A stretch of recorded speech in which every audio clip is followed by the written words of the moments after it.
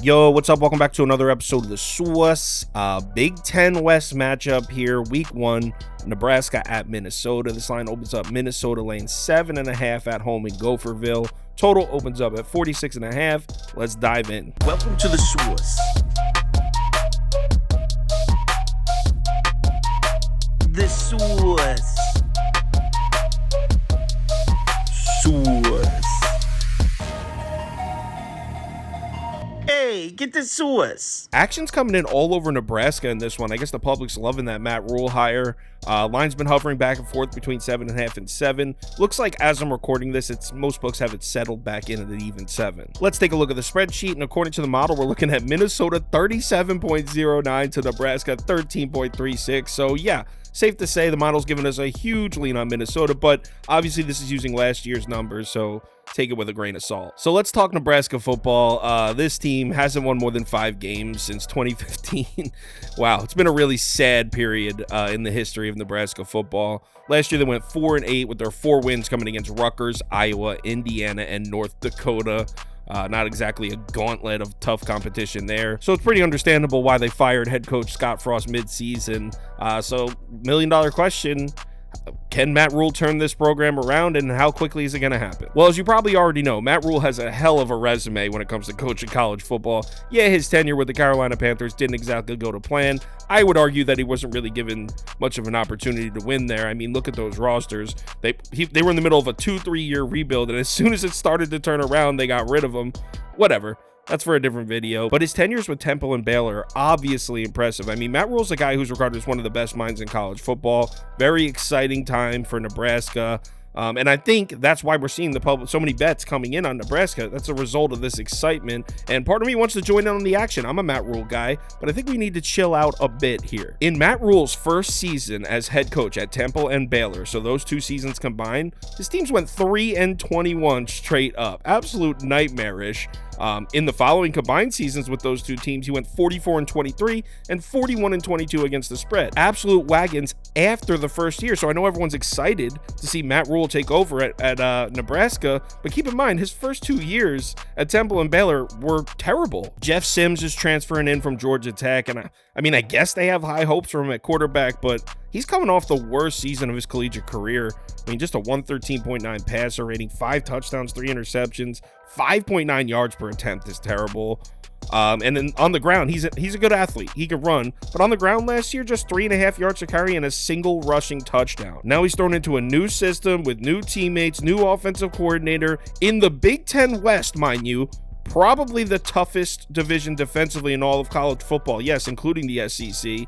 I mean, can we expect this guy immediately to get comfortable in this offense? An offense, mind you, who's had 6 offensive coordinators in the last 6 years. 6 OCs in the last 6 years. Now, in recent years, Nebraska's defense has been able to somewhat help pick up their struggling offense, but look at last year. You can see on this chart here, points per game, red zone percentage, yards per game, yards per carry, all much better in 2021 than they were last year. Now, they do return 8 starters from last year's defense, so I do expect improvement, but last season has me a bit skeptical. Now, let's talk Minnesota for a second. Obviously, coming off a successful 9-4 season, there's a lot of change in this program, though. 2 huge ones. Tanner Morgan, Mohamed Ibrahim, quarterback, running back, and they've been there forever. Tanner Morgan was there for 6 years, Ibrahim for 5.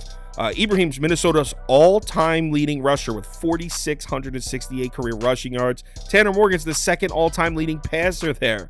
They also lost 3 starting offensive linemen. That's the bad news. The good news is I actually think there's reason to be a little optimistic here with the Minnesota offense. They brought in Sean Tyler from Western Michigan to run the ball. He averaged 5.7 yards per carry and 7.8 yards per reception over 4 years with Western Michigan.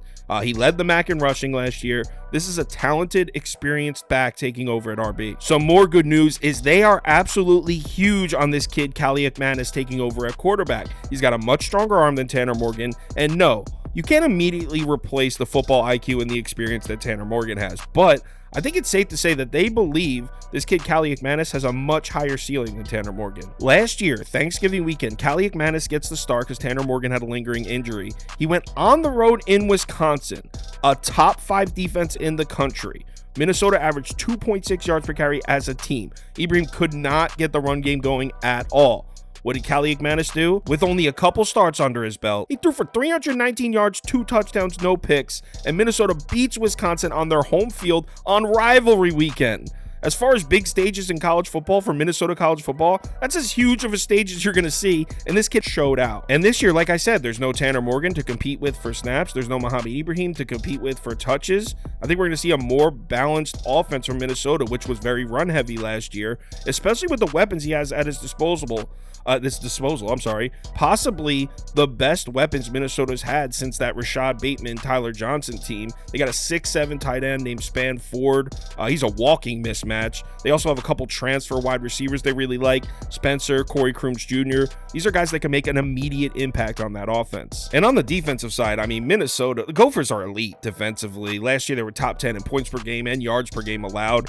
Top 30 in yards per play. They did take a couple losses in the secondary, but they have 2 D-backs that they really like, Wally and Newbin. And let's be honest, the Corn Husker offense with Jeff Sims under center doesn't really pose much of a passing threat. And when it comes to mismatches, you can see from the beta rank numbers here that Minnesota offense just has a huge edge over Nebraska. The main area of weakness for Nebraska was defending the run last year. Not only were they 83rd in effective rush, but 93rd in yards per carry allowed, 105th in rushing yards per game allowed, 190.4 rushing yards allowed. In the Big Ten West, you can't do that. Even without Muhammad Ibrahim, this is a nightmare matchup against PJ Fleck, a Minnesota team that loves to run the ball. And we're looking at the same kind of mismatch on the other side when Minnesota's defense is on the field.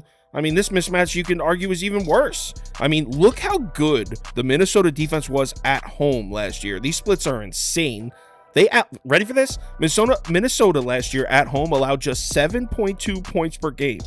7.2 points per game allowed at home last year. They're also towards the top of the FBS in third down percentage allowed, yards per game allowed, yards per carry allowed, average passer rating allowed. This defense at home, this defense is elite, period. But at home, it was practical joke good. Now, I know you could say Minnesota didn't face the toughest competition at home last year, and that's fair, but would you consider this Nebraska team with a brand new quarterback, Jeff Sims, would you consider them tough competition? Because I wouldn't. And then you add on the fact that when it comes to this particular matchup, Minnesota versus Nebraska, obviously they play every year. The home team is 6-1 against the spread in the last 7, and Nebraska's 0-6 against the spread in their last 6 season openers.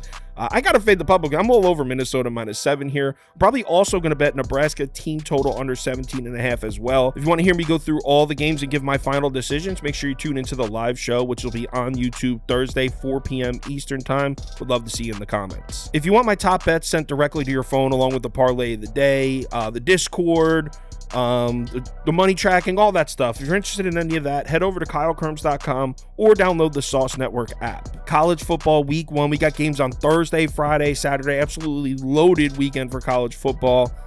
Make sure you bet responsibly, and I'll talk to you on Twitter.